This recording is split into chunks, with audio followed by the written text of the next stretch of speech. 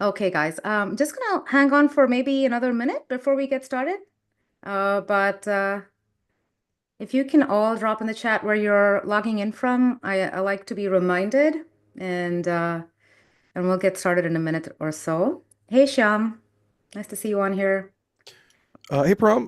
We're Hey, Adrian. live on YouTube and Facebook. We are? Everything's Okay. good. Quality's great. Awesome. Excellent, excellent. Thank you so much. Hey, Priya, how are you doing? Okay, I think in the interest of time, we should probably get started. Okay, awesome. Viji, nice to see you, Viji. Um, Tommy, I have I feel like I have a slide introducing you. Maybe we should hold off on the introduction for then, if that's okay with you. We'll just get Yeah, started. yeah, happy to. We'll just keep it Okay. light. Are you gonna run a video or we're just jumping into it today? I just have some slides and I was going to go through Cool. it. I spent quite some time poring over it just to make sure it had good flow. Awesome. Going over everything. Awesome. This is what you worked on and then I worked on it later, so you'll recognize some of these slides. So, Sure, sure. If yeah. I could make one small request, Yeah. yes, please put kind of where you're tuning in from. I'm coming in from Nashville. I guess we always like to make sure we're molding our message appropriate to our audience here. So, if you came to this and you wanted to see anything in particular, or you're particularly curious about some topic, economically, real estate related, or just some burning question that's top of mind, feel free to put that in the chat, and we'll try to address that throughout the presentation, if not at the end in the Q&A. Yeah, absolutely. You're right, Tommy. And so, yes, we're going to talk about the state of the market and how everything shifted with all the policy changes. But like Tommy said, we're here. It's all about education. If you have anything relevant to the economy or real estate, any pressing, burning questions, just drop it if you're on Zoom, then put it in the chat. Otherwise, put it in the comments and we'll try to get to all of it on the back end. Okay, with that being said, I'm excited to deep dive into today's topic. Usually, we do a state of the market every quarter. And we've had a few boring quarters because not much had changed, but then now all of a sudden we really have some exciting changes and transitions. And I'm excited to talk about how we can navigate 2025 given everything that's happening. And I think the most pressing item that most of us have been thinking about, right, which has been shaping the way we invest, is Trump's trade policy tariffs that have been imposed. With it came a lot of volatility. I remember, I think April 2nd was when he first announced those changes. And globally, in the stock market, 10 trillion was wiped out. And I did a podcast episode where we talked about, hey, how do you position yourself? But a lot has shifted since, and we have a little more data. So it felt like this was appropriate. And if we're talking about how we are going to be investing for 2025, then I wanted to make sure we're covering all of these points, as we talk about it. But before we get started, guys, like I say, our community is always growing. It's going to take a minute to reintroduce myself, and then I want to introduce Tommy to all of you. Some of you were probably on our webinar for our latest opportunity that we did on Tuesday, and so you know him. But again, just a minute to reintroduce ourselves. I'm Param. I'm a radiologist in Southern California, and I used real estate to get to financial freedom. And I felt like in our communities, it's not something we talk about, right? And there is a faster way than the traditional retirement model. So I built Generational Wealth MD, which is now a community of 20,000 members, mostly physicians and professionals. And GW Capital is a part of the company where we help others invest passively in real estate. And in partnership with our partners, we have over 375 million in assets that we manage. But I'm again very excited to have Tommy join our team. And Tommy, I think there's just so much that I want to cover about you that the slide it doesn't do justice to all the strengths you bring to the table or bring to the team. So I'm going to let you introduce yourself to the team. That's kind of you. Thank you, Param. Hi, everyone. My name is Tommy Brandt. I'm based out of the Nashville area. I've been investing in real estate since 2011. Graduated from single family to small multifamily to, discovering that syndication was a thing, started investing passively. And now I'm also a general partner as well. So I continue to invest actively and passively. But yeah, I have a history professionally as an electrical engineer, but glad to be full-time in real estate. And I got brought onto the team with Param earlier this year, and so it's been fun. And he's also, very good with asset management and acquisitions. And so I'm super excited to have him join the team. And he's going to be supporting a lot of you in your journeys. But, just to recap, I always say zoom out. What is the bigger picture idea over here? Most of us as professionals know the traditional retirement path, which is, working, saving, investing in the stock market till we retire at 65. And we're trying to get all of us to the point where we're making wise investments based on data, right? Leaning into data, where we are able to generate more passive income and it gets us to the point of financial freedom faster. And so, with that being said, the goal today is to take a deep dive into, the impact of the government's recent policy, right? What effect has it had on the economy, on the U.S. economy overall? And then we're going to look at the fundamentals of multifamily investing. And the end goal is I want to give all of you pointers in terms of what we think, how we should be navigating 2025 as we continue to invest in real estate specifically, and how we can leverage data. And so we're going to have a lot of data-driven slides here, but the end goal is to help you make informed decisions so you can continue to invest with confidence, so you're benefiting from the asymmetric risk reward that real estate affords. And then, like Tommy said, on the back end, we'll have tons of time for Q&A, so make sure you drop your questions in. Okay, I'm going to pause periodically, Tom, just giving you a minute to jump in if you need to, but I'm going to keep going. Again, just to recap, April 2nd, Trump's tariff policy came out, and there was a 10% baseline tariff for most countries, and for certain countries it was much higher and was based on import and export. And the mandate over here, if you look at the overall goal, it is to reduce federal deficit, which is currently at close to 1.3 trillion, also to boost domestic manufacturing and protect domestic jobs, right? And so, the need to do this, there's a very real need to bring this into play, but there has been a lot of volatility, right? And without really getting political here or making comments, so there has been volatility in this global stock market and in the economy. And our goal today is to take a look at how it's affecting the economy, what our predictions are for the future, how it's affecting the housing market, and in a sense, figure out how we can use all of that data to really navigate 2025 and investing in 2025. We're going to go over how we've been shifting, and we'll talk a little bit about the current investment opportunity we have and how it kind of meets those needs. But in a sense, I mean, you can go and take a look at this. So it is the highest tariff rate we've had in decades, and with that happening, there has been a decline in global trade overall, especially in 2025, just to be expected. And so, with all of that being said, what has happened to the US economy per se, right? And I remember, I think the last few times we've done these quarterly state of the market updates, things have been pretty steady, right? And we knew which direction things were going. And we were anticipating a soft landing. But, if you look at it at this point, the outlook has shifted significantly since the last time we did the state of the market. And, the data is actually mixed, right? And so we have opposing pressures on as far as the US economy goes. And so on the one hand, we have tax incentives. Hopefully, within a month, we'll know what's happening with the extension of the Tax Cut and Jobs Act, which will bring back 100% bonus depreciation. That's going to really stimulate the economy. It's going to be great for real estate investors. And so, we'll keep you updated as far as that goes. And with all of the shifts in the trade policy, that's going to boost domestic manufacturing. Also, some of the policies are deregulatory in their, geared towards lowering energy costs. So all of that is positive. But then we also have, immigration policy, which is going to affect the labor market. And then we have trade policy, which is also pro-inflationary. And so, again, opposing, forces over there. And we have to wait to see what things look like. But overall, it looks like we're going more towards a pro-inflationary economy moving forward, especially with all the shifts that are happening as far as tariffs are concerned. And with that being said, at this time, interest rates and inflation and unemployment are holding pretty steady, right? And we are going to look at some forecasts, where do we expect that to land, and what could potentially affect it. But right now, things look pretty steady. We'll talk a little bit more about where we can expect interest rates to go.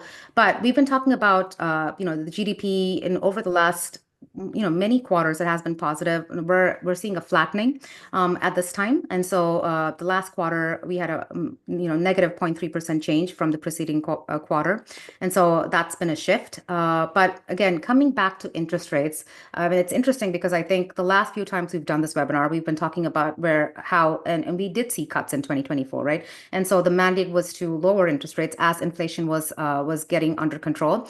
But at this time, there's more uncertainty, and the Fed has decided to pause cuts because they really want to take a look at. So they're again opposing forces over here, right?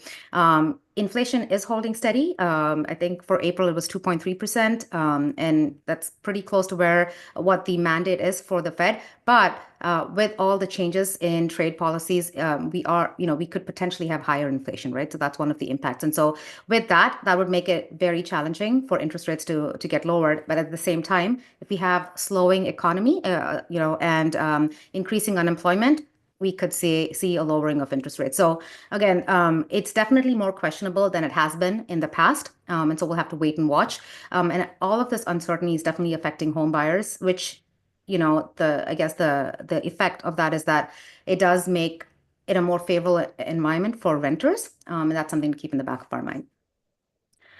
Same thing with unemployment, like I mentioned, it's holding steady, but we'll have to wait and see where it goes. Something that's been positive since January 2023 is that the wage growth is outpacing inflation and rent growth. And so, again, like I said, mixed economic data, right? So that's where we are. We have to wait and see what happens with interest rates. The hope is that the Fed will have 2 more cuts, possibly closer to the end of the year, which gives them time to see what's happening in terms of inflation and unemployment. So we'll have to wait and watch. I want to move next on to what we're seeing on the multifamily side in terms of fundamentals. Tommy, I want to pause to see if you want to chime in. Yeah. Before we jump into the multifamily, I did just want to talk a little bit about the interest rates, the inflation, the impact of tariffs, because I think we all know that realistically, like if we have 100% tariffs go into effect, that's going to get passed along to the consumer. There have been plenty of companies out there that have said, "Hey, I'll absorb a little bit," but for the most part, across the board, retailers, consumers, providers, like they're all going to be increasing their prices. And so that leads to the question of, is that going to fuel inflation? And would that even lead to interest rate increases, right? Think about, we thought that, hey, we're going on the downslope. Like, well, are we going to do a U-turn now? Like, what's happening? And so I do think that is what is going to delay some of the cuts, is just kind of the apprehension, waiting for all the dust to settle associated with the tariffs to see what is the real impact, knowing that that's going to take multiple months. It could even be into 2026 before we really recognize the full impact of the tariffs. And where are the tariffs going to end up landing is another question, because it seems like it's a different number every day whenever that's coming out. So I'll just close on that note there. Yeah, absolutely. Right. And so, like we said, the US economy, mixed signals, opposing pressure. So we really have to wait and see where things land. And although things are stable right now, really there's no way to predict where we're going in 2025. But with that being said, the multifamily fundamentals are still pretty strong, right? And what are we looking at over here? What's happening with occupancy, right? So we have a lot of supply continuing to hit the market in 2025, definitely lower than it was in 2024, but there has been very healthy absorption, especially in the Sun Belt. We're just seeing the most number of constructions and new deliveries hit the market.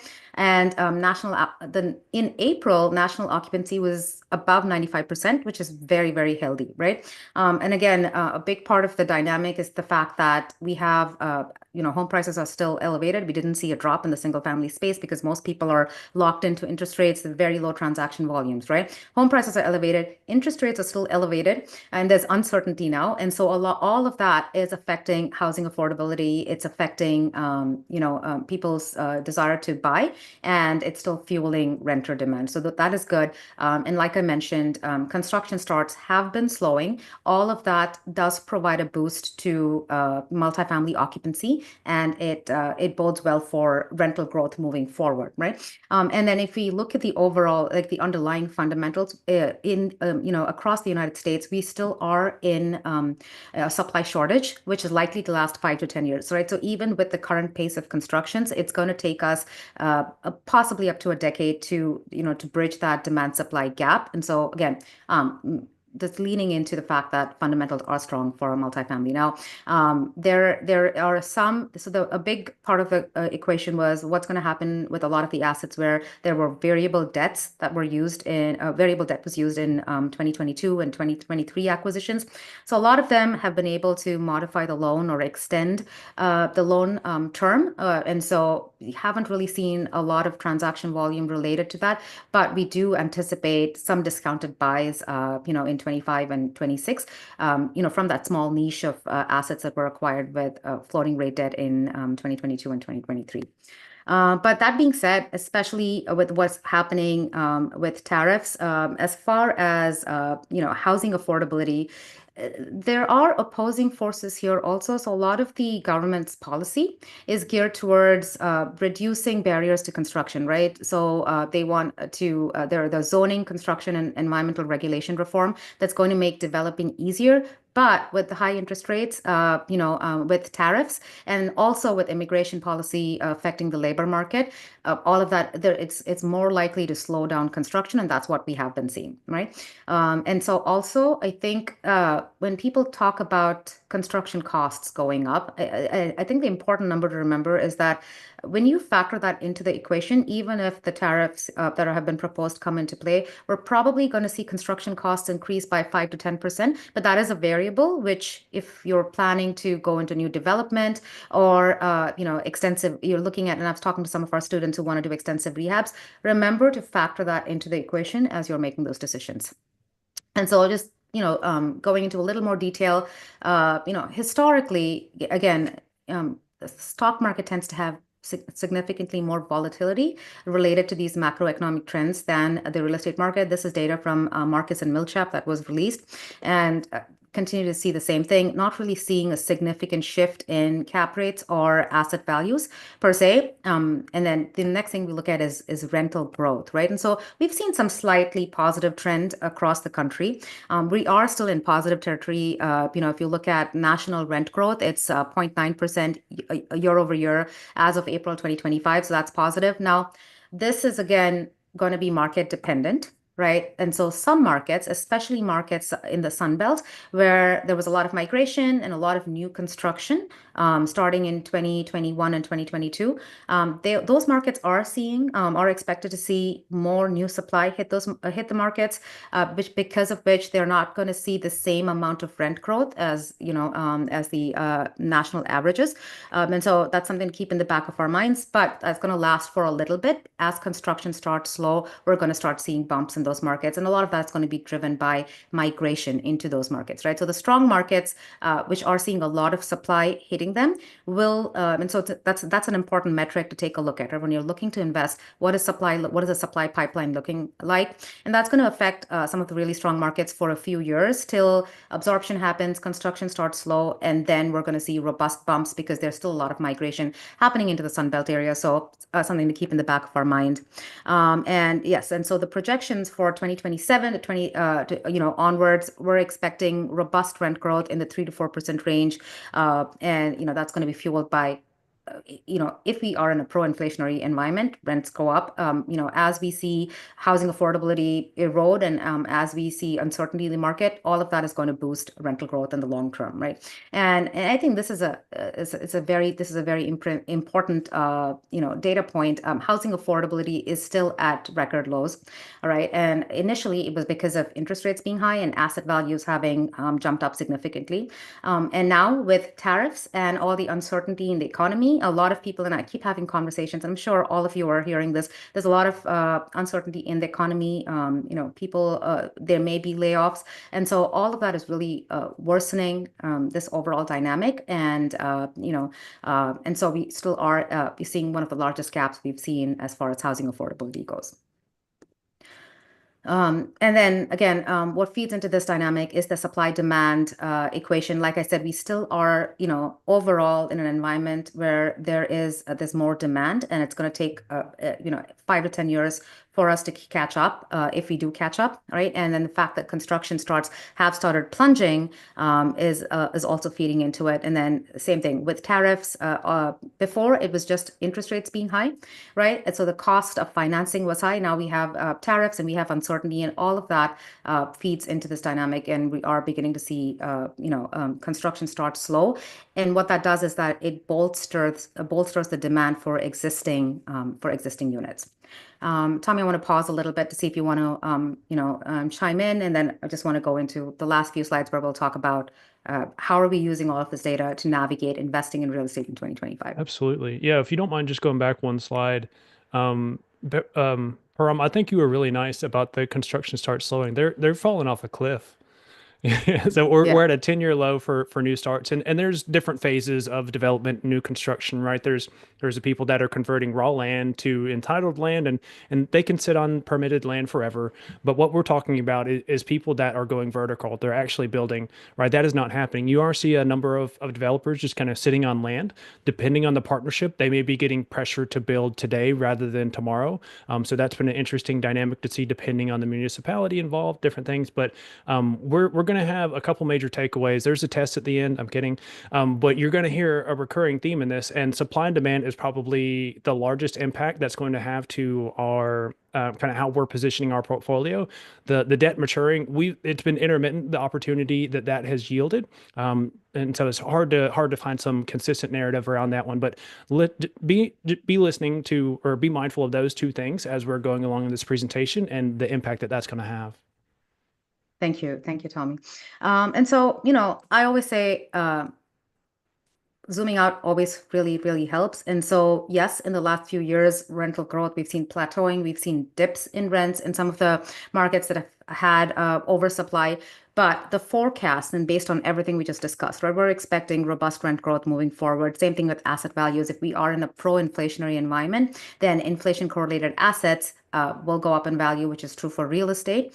And it's the same thing for rents, right? Rents are also inflation correlated. So, we're expecting, even if it's going to be different in different markets. The markets with a high supply hitting them for the next few years, you may see rents not grow at the same pace as the rest of the country. But when we look out a few years, then we are expecting robust growth in most markets, and the same thing with asset values. And then in terms of, migration, even post-pandemic, this is 2024 data from U-Haul, and they publish, which states they're seeing the most migration to. And so you'll see Texas, Florida, Arizona, Tennessee, which is where we have the next opportunity, the Carolinas. So those are markets which are continuing to see in migration. And the funny thing, I was just looking at the slide, and I just remembered we have a group of 10 friends over here, and 5 of them are moving to Texas and Tennessee. So, we're seeing this everywhere. You're probably noticing this also. So it's continuing to happen. And so something to keep in the back of your mind as you're assessing markets. You're always looking at supply, but you're also looking at migration data, right? So those are the points that you want to keep in the back of your mind as you're doing your market assessments. Now, this is what we talked about, right? Maturing debt. And so we can expect to see some discounted assets in the near future related to, those assets where they had variable debt on them. And, like many operators have been able to extend those loans, modify those loans, but there are some who won't be able to do that, and then they have to let go of the assets. So this is probably one of a good part of the cycle to look for those discounted assets, and so we are definitely going to be taking advantage of that opportunity. And you should too. If I may just Yes. jump in, but just a quick statement here that for us as buyers, some of this is obvious, some of it may not be, but there's a better buying opportunity for us as buyers the longer that interest rates stay elevated. So I'm not mad about the situation with interest rates, right? That just kind of that is going to yield more opportunity. With commercial debt, that is short-term debt. There's no such thing as a fixed 30-year loan in the commercial space. So you're always having to refinance, and having a surety of your debt is peace of mind. And I think it was taken for granted a couple years back. And so, Yes. Param, go ahead. Yeah, and I completely agree. And which is what we've been doing. And our focus has been on acquiring assets that have fixed long-term debt. If you look at our latest acquisition in a Nashville suburb in Tennessee, that's what we're doing, right? We're assuming a 4.89% loan from the seller, which is fixed for the next 4 years. And so that's what you want to do. And sometimes we have our students and people are looking at ARMs, and I think this is important data, right? The interest rate may be going up, and that's not something we've said in a long time. And so factor that into the equation. And if you can eliminate those variables from your investing, then it's a good time to do that. And I agree, Tommy. As much as we don't want interest rates to stay high, historic averages, I think, for interest rates in this country are closer to 5-6%. So we're not too far off. And there is opportunity even if we continue to stay in an elevated interest rate environment. And so just going back, right? So our takeaway from this is that the fundamentals for multifamily are strong. And occupancy is staying strong. We are expecting robust rent growth. So things to keep in the back of our mind. Always look at the supply in the markets, and those markets which are seeing high supply, they will have some downward pressure on rent for the next few years, but they will recover. And continue to look at states in the Sun Belt because there is migration happening over there. Tariffs are pro-inflationary, and so as real estate investors, we benefit from it. And it is also going to, again, slow construction further. And so with all of that being said, we are expecting robust rent growth. We may see a little period where we don't see it, but then in the future, we do expect that, especially 2027 moving forward. So that being said, this is a slide I've always had. March 2022, we were at the peak of the market cycle. There was a lot of excitement about investing in real estate because everyone saw the upswing. We're probably trending upwards at this point, with rental growth beginning to pick up pace, with interest rates beginning to lower, right? So we're trended back upwards, and this is a time where, especially with all the uncertainty with the government policies, it's a tough time for people to make decisions, right? But this is where the psychology of investing comes in, where you take emotions out of the equation and you lean into data. First of all, we don't want to be timing the market, so we want to be acquiring across multiple points in the market cycle. But if there ever was a time where there was more opportunity and less risk, then I would say that's where we are at this time, and we want to be taking advantage of this opportunity. So because when you acquire assets at a discount, I mean, even the asset we're just acquiring. In 2022, people were overbidding, right? Now we are getting a $1 million discount on the asset we're acquiring in Nashville that is an off-market property, right? And we've been doing that consistently over the last few acquisitions. When you're acquiring assets at a discount, your returns tend to be outsized, right? And so be aware of the part of the market cycle we're in, and use data to guide your decisions, because it's a very if you're just looking at headlines and listening to the media, it's a scary part of the market cycle to be investing. But if you're actually leaning into data, then this is the market cycle where you have less risk, right? And so I want you to keep that in the back of your mind.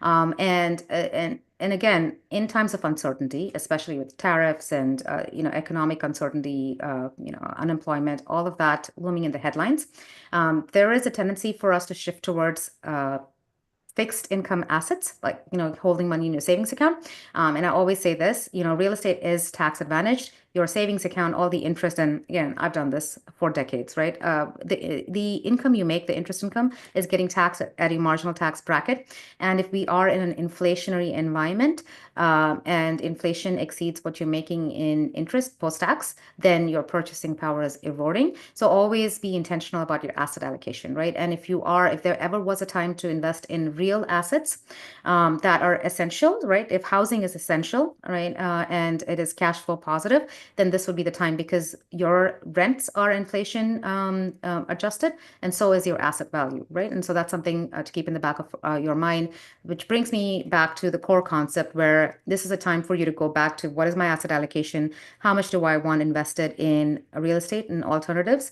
Most of us tend to be heavily allocated in stocks and bonds, and you want a healthy portfolio has at least 20 to 40% in alternative assets, because you want to be in assets that are non-correlated to the stock market. And so that's a question to ask yourself. And our returns from real estate aren't just the cash flow we see, right? And cash flow is the buffer you need. And so if you are investing, your cash flow is tax free, but you also want to be investing in cash flow positive deals. But you have so many other ways of leveraging real estate to get returns. And I think that the biggest takeaway, especially given the global trade scenario and tariffs, is if you can eliminate variables, and this is a time to be doing it. Say that goes for interest rates, that goes for projects where you are looking at construction costs or a large construction costs, or you're looking to flip properties or do a rehab. And I was just talking to someone. Understand that there is a lot of risk if you are banking on interest rates going down quickly, or if you're banking, if you're going into new development, or if you're the plan heavily relies on a rehab for you to start generating revenue, right? So if you can eliminate those variables, this would be a great time to eliminate those variables. Yeah, and just a quick Go note, ahead. just to supplement that, we use the concept of risk-adjusted returns a lot, right? And so some of the things that, if you don't mind going back to the back slide, Yeah. back one slide, but I mean, by the way, if anyone tells you that there's no risk, or you hear the word guarantee in investments, just run. Just do me a favor and just go the other way. What we do in our business is we manage risk, we mitigate risk, right? And so what are the risks of real estate investment, right? It's the market, it's the debt, the leverage, the business plan, right? Think about your uncontrollables, think about what you do have control over, right? You do have control over the debt. The things that you don't have control over are the market, right? So there needs to be inherently organic draw to the market, in addition to the traditional way of, oh, people move where jobs go, right? There's got to be more than just jobs, right? So there's got to be some organic allure. Taxes has been that, but also just the outdoors life has been a significant variable more recently in the past 5 years. But what can you do to mitigate those risks are things that is top of mind for us as we're considering new investments. Yeah, absolutely, Tommy. And so, if I had to sum everything up on one slide, this is what I wanted the takeaway to be. How are we navigating tariff turbulence? It's by sticking to the fundamentals and eliminating variables, right? So it's still very important for you to look at supply in the markets that you're investing in, to look at economic growth, to look at migration data. So invest in strong markets. You want to be positive cash flow day one, right? And that's the only way you can really take advantage of inflation correlated assets that are positioned for an inflationary market, right? So cash flow positive day one. We may be able to get discounted assets, but another big one is going to be if you can put fixed debt on your assets, then that's definitely that's one big way that you can eliminate some of those variables that you have the ability to, right? Which is what we're doing and just to give you an example, okay, this is exactly what we've done with the Hamilton in Nashville. If some of you were at our webinar, if you weren't and you want to catch the replay, go to gwcapital.com/Nashville. Our webinars are usually run in a very educational manner for anyone who's new to real estate investing or wants to learn more about the opportunity. Go take a listen to it. But Hendersonville, which is the submarket that this asset is supply constrained, right? And that's something we look at, right? Over the next 5 years, right? Tommy, over the next 5 years, it's only 250 units that are hitting that market. I'm reading that as over the next 12 months. Was it the next 12 months? Yeah. Okay. And so Hendersonville is absolutely a suburb of the Nashville market. Central Nashville proper, pretty much like you could draw like a horizontal line straight through the soccer stadium. That's where 20 to 30,000 units are getting built around Nashville. Major oversupply. People are being brutal about concessions. But whenever people ask me, where should I invest in Nashville? I tell them go one county outside of Nashville. Right. And so that's where they're not being ridiculous with the oversupply. It's a product of Urban Land Institute, which is ULI. They voted Nashville the #1 market to build in 2 years in a row, and having a repeat was unheard of. And so everyone flocked to Nashville, but the cities that are the one county out of Nashville, like they saw this coming a mile away. They're like, we don't have the infrastructure for an additional 30,000 units. So Rutherford County on the southeast side, they have an apartment moratorium. I went to the property like yesterday. I was talking to the property manager in the regional there. They were talking about how there's no infrastructure to support additional, so the local municipalities aren't allowing new builds. So that's where we want to be, is where there's high barrier to entry. Exactly. And so you want to look at supply in all of the markets that you're considering. And then, like I said, with this asset, occupancy has for the last 18 months been over 97%, right? This is an asset which is completely rehabbed. The roof was replaced. All the units were rehabbed. The roof was replaced in 2024. So you're eliminating those variables, right? For costs, for rehabs, right? You're eliminating those variables. Same thing with the debt interest rate is fixed at 4.89%. That's because we're assuming the seller's loan. So we're eliminating a lot of variables over here and de-risking the asset, which is what you should look at doing also. And this is typically the spectrum for real estate investments, right? You have the new developments where there are a lot of variables. Financing is typically, a variable rate. You have the cost of construction, labor costs, all of that comes into play. And so there are a lot of variables over here. So it is higher risk, and you pay and you do that. You would do it because you want to get a higher premium, right? And core assets are assets that are brand new and they're cash flow positive.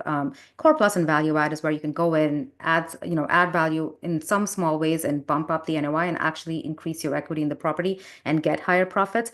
But this asset, the Hamilton, is a core plus asset because it already has been completely rehabbed. And so eliminating the variables is what we're looking at. And that's what you should be looking at also as you're looking at your portfolio for 2025. Same thing, most markets are hit by the housing affordability gap, and mortgage on average would be about $3,000, and the average monthly rent is about $2,000. Now, this particular asset rents are slightly lower than that, between 1,200 to 1,500, I believe. And so it's affordable, and people are looking for that affordable option. Same thing, the debt we just talked about, eliminate the variables. Debt is an easy variable to eliminate. If you're in the single family space, guys, and you're getting fixed interest rate for 30 years, that's significantly lowering risk in your portfolio, right? So that's a great place to be. But if you are looking at commercial debt, then you want to make sure you have fixed interest rates. And so we're also with this asset, with the real estate, right? We're tapping into the tax efficiencies. And so when you get that cash flow and it hits your bank account, bonus depreciation ensures that it is tax-free. You're not paying tax. It's tax deferred, right? So you're not paying taxes on it. And there are ways to defer paying taxes even on the back end. And if we do get back into a scenario where we have 100% bonus depreciation, now these losses that we anticipate, we're going to get more losses, right? And so again, we're really tapping into everything. When we buy an existing asset and the cost of construction goes up, so replacement costs are significantly higher, than what we're acquiring this asset for. And so as the cost of with tariffs, as the cost of construction goes up, the value of existing values tends to start trending upwards also. And so again, another reason, these are the things you want to look at, but another reason why this is probably one of the best times to be investing in real inflation correlated assets. And kind of want to wrap this up with Ray Dalio's Holy Grail of Investing, which is you don't want to be super concentrated in just the stock market, right? You want to be investing. The more you invest in non-correlated assets that are inflation controlled, that's how you get asymmetric risk reward. You're lowering risk in your portfolio and oftentimes able to get a higher reward. So we're leaning into the same principles. For those of you looking, to get more information about the Hamilton, it's gwcapital.com/Nashville. You can watch the webinar we just had. And again, I just also want to mention, we have the Physician Freedom Summit coming up in October. This is essentially what we do, right? We educate, we talk about how we're pivoting. You have physicians who have become financially independent in their 30s and 40s, talking about their strategies, alternative investments, private equity. So a lot of these conversations that we don't really have in the workplace or in other circles, this is what you need to start pivoting and shifting. And you have the community. So if you haven't signed up, take a look at this. This is an amazing event. It's going to be at the Langham in California. I'd love to see all of you there. But with that being said, Tommy, do you want to chime in? I want to get to Q&A after this. Yeah, I think this is an interesting time that as we're looking at larger assets, just because we see more price responsiveness with products that have short debt products, and so I think what we're doing is the term is called buying in the smile. Like in kind of we're in the recovery of the economy. We've got it may look like a squiggly line and then a recovery, but there's going to be some home runs, there's going to be some singles, there's going to be some doubles. But 5 years from now, I don't think that there's going to be one acquisition that we regret. Just from a basis perspective, the direction the dollar is heading, it's been not correlated to a commodity for about 50 years now, right? And so there's only one direction it can go, and that's just a weaker position. So yeah, and when we talk about diversification, we talk about diversification across asset classes, across markets, across across market cycles, right? That's another important part of it. So you want to be acquiring it across different parts of the market cycle. And I'm hoping that with all the data you have, it helps you make a more informed decision. So you don't feel like you're just, leaping. Yeah, and I'm looking forward to questions. I don't see a lot of questions in there. Adrian, if you have questions from the other platforms, feel free to drop it in. But just want to say hi. Hi, Krishna, Lucky, Robert, Marilyn. Nice to see everyone on here. But if anyone wants to raise their hand, unmute and ask questions, hey, Abhishek, Chris, feel free to do so. If not, I will see everyone. We do have another webinar Yeah, for feel free to drop questions in the chat. yeah, Adrian, can you drop a link to register for the next webinar we have for the Nashville asset in case people are interested? But if not, we'll see everyone next week. Next Thursday is our next webinar, right, Tommy? Correct. Yep. Awesome. So, hopefully this was valuable for some folks. I think there may be some folks typing, but yeah, hopefully this was valuable. I'm giving away my sign here. We aim to add value in this. We are bullish on habitational high density assets, right? You need to do your own due diligence and coming up with your investment thesis. If you resonate with us, that's great. But we're just providing the data points. It's your conclusion and your decision. So. Abhishek asks, when is the last day to soft commit? It's May 31st, Abhishek. So we'll have the next webinar, and then that'll be the last day to soft commit. Soft commit will be a few days after the last webinar. And this way, it gives us time to move people along the pipeline. And especially, and that's a great question, especially if you're looking for Class A investments, guys, and it's more about cash flow, then I highly recommend soft committing soon because that is filling up faster and it is a smaller allocation. So. Okay, guys, thank you so much, Tommy. Adrian, thank you. I will Awesome. see everyone next time. Thanks, everyone. Take care, guys. Appreciate your engagement. Thanks.